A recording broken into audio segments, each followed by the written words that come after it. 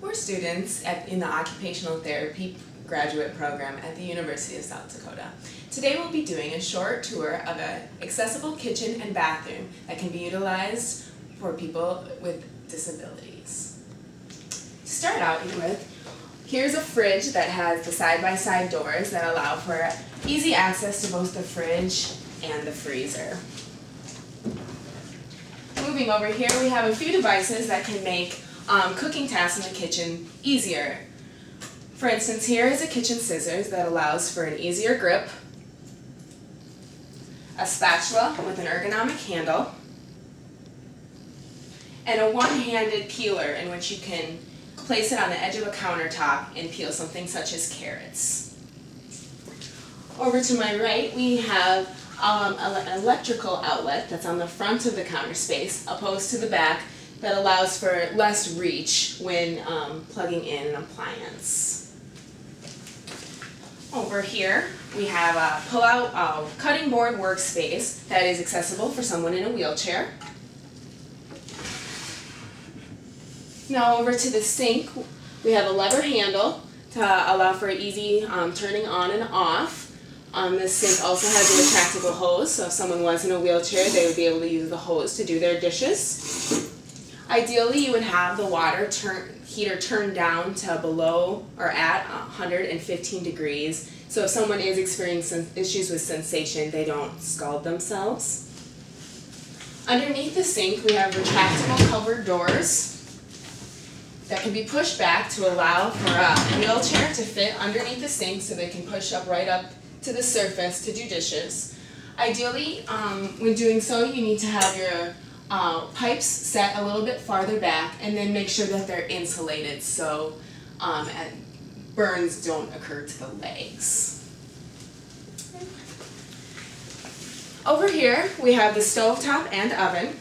Ideally, you'd have a flat surface stovetop, also that has some sort of sensor telling you that the surface is hot, again, for someone who may have sensation issues. All of the dials and controls are on the front to avoid having to reach over the hot surface to turn them on. Underneath we have a fairly standard oven, although there are ovens available with a side opening door that can also be separate from the stove top and raised up so someone can access them more easily without having to bend over. Over here we have two variations of microwaves at different heights. This lower one here has been adapted to have some color contrast on the most commonly used buttons of the microwave by putting black writing onto white paper, so someone with a visual impairment would be able to pick out the buttons they need quicker. Also, kind of backtracking here, we have a pull-out surface, so things that are taken from the stovetop or the oven can be placed right on here, and the individual does not have to walk carrying a hot item.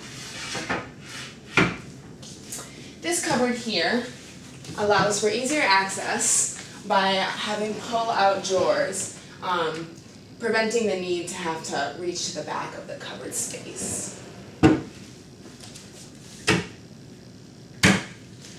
Over here at the kitchen table, we have set it so to provide color contrast, again for someone who may have a visual impairment.